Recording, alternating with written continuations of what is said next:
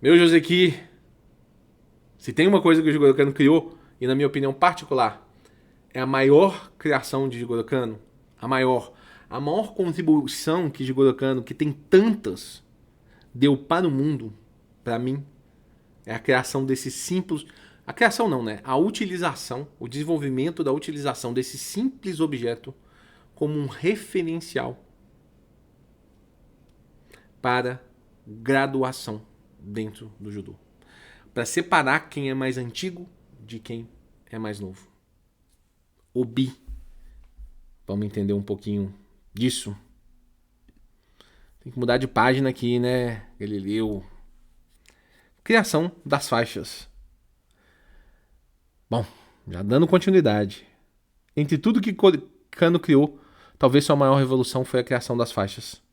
Antes de Kano, os praticantes de Jujutsu usavam por cima da Hakama uma faixa larga, chamada Harubi. A Harubi também não era nem só para os praticantes de Jujutsu, tá? Muita gente usava o Harubi por cima da Hakama em outras situações. Samurais usavam, tá? Uma série de coisas. Mas ela apenas servia para ajudar no controle do equilíbrio do corpo. Jigoro Kano pensou em usar junto ao seu novo uniforme que já estava sendo pensado não só uma Harubi, mas uma faixa que determinasse o quão evoluído era aquele praticante dentro do seu Judô Kodokan. Para tanto, inicialmente ele desenvolveu duas cores. Os alunos que atingissem um nível avançado passariam a usar uma faixa preta nos treinos e eventos. Os demais usariam uma faixa branca. O que acontecia antes das faixas era um aluno avançado receber um pergaminho, né? Que eu expliquei para vocês, com o que eles chamavam à época de segredos das técnicas da escola. Esse cara que portava o pergaminho, ele era considerado uma espécie de mestre. Com esse novo conceito, Jigoro Kano não só mostrava a todos quem eram seus alunos mais avançados, ele organizava a sua sala para a entrada de novos alunos, valorizava os seus alunos antigos.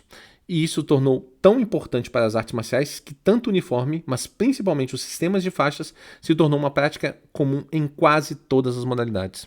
Até mesmo escolas de dança e natação usam sistemas de cores nas suas toucas ou em suas saias. Além disso, dentro do Brasil, por exemplo, o termo faixa preta se tornou quase um sinônimo de ser professor em algumas lutas. Vamos falar disso aqui. Por que da faixa preta e por que da faixa branca? Tem aquela história de que a faixa branca vai escurecendo, né? Até o cara chegar na. Ele vai ganhando casca, né? Como se fosse, inclusive, uma referência à história dos samurais, né? Que o samurai não lavava a sua faixa porque ela ia escurecendo para ficar as marcas de batalha para as pessoas reconhecerem nele que ele era um cara que tinha muita história dentro dos combates, que ele tinha muita experiência de combate.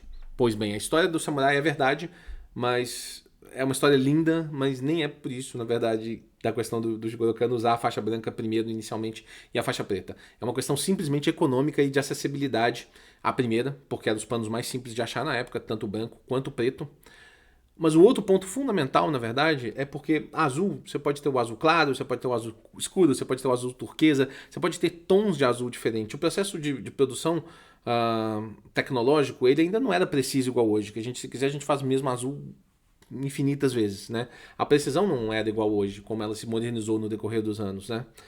Mas branco é branco e preto é preto. Sempre branco é branco, sempre preto é preto. Então eram cores que não tinha essa variação de branco mais claro, branco mais escuro, ou preto mais claro, preto mais escuro. Não tinha isso. Né? Então, o Jigoro Kano fez essa escolha. A escolha pelo branco inicial, inclusive, porque ele tinha mais alunos faixas brancas do que faixas pretas. Então, era o pano mais simples de se achar. Né? Esses são os motivos verdadeiros e principais. Não tem essa história filosófica por trás disso. Tá? Logo depois, Jigoro Kano começou a desenvolver uma outra faixa, que era uma faixa marrom, que era uma faixa intermediária, para separar melhor, organizar melhor. Porque a função da faixa, senhores, às vezes a gente olha, a gente não entende muito bem. Porque já não é da nossa prática, já é do todo dia a gente usa isso, a gente já sabe. A gente entra num dojo de uma academia, se você vai fazer, sei lá, se a gente faz praticante de judô, se você vai fazer uma aula de karatê, por exemplo, bom, você já viu os caras se organizando por faixa. Então você já percebe ali que tem níveis diferentes de pessoas, que estão a tempos diferentes. Isso já está na nossa cabeça intrinsecamente. O Jigoro Kano não criou a faixinha, não. Ele criou esse processo, que é visual e é claro. Isso é espetacular educacionalmente. É genial no processo educacional. Genial. É de um tamanho que, se vocês raciocinarem para a época, é Incrível, incrível. E olha como esse conceito tomou conta do mundo de verdade. Natação, balé, várias áreas usam esse negócio das corzinhas para separar os caras em níveis diferentes, para eles entenderem e se reconhecerem automaticamente. Tá? Então o Jigoro Kano tinha a branca, a preta, depois ele criou a marrom, tá? Que era uma intermediária entre a branca, a marrom e a preta. Depois de um tempo, antes do cara ser matriculado na Kodokan, antes de ser aluno iniciante, muitas vezes ele usava uma faixa azul, clarinha, tá? Existem relatos falando disso, que não era uma faixa propriamente dentro do sistema. É só para poder amarrar o judogi, para dar mais eficiência no treinamento, por que não?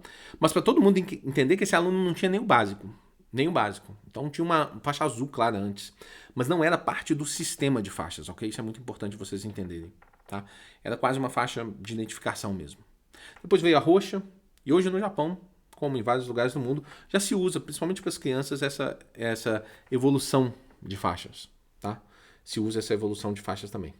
Faixas, Obi, é, de fato, a criação mais importante, pelo menos na minha opinião, a criação mais importante do Jigoro Kano. Espetacular. Até a próxima aula. Tamo junto.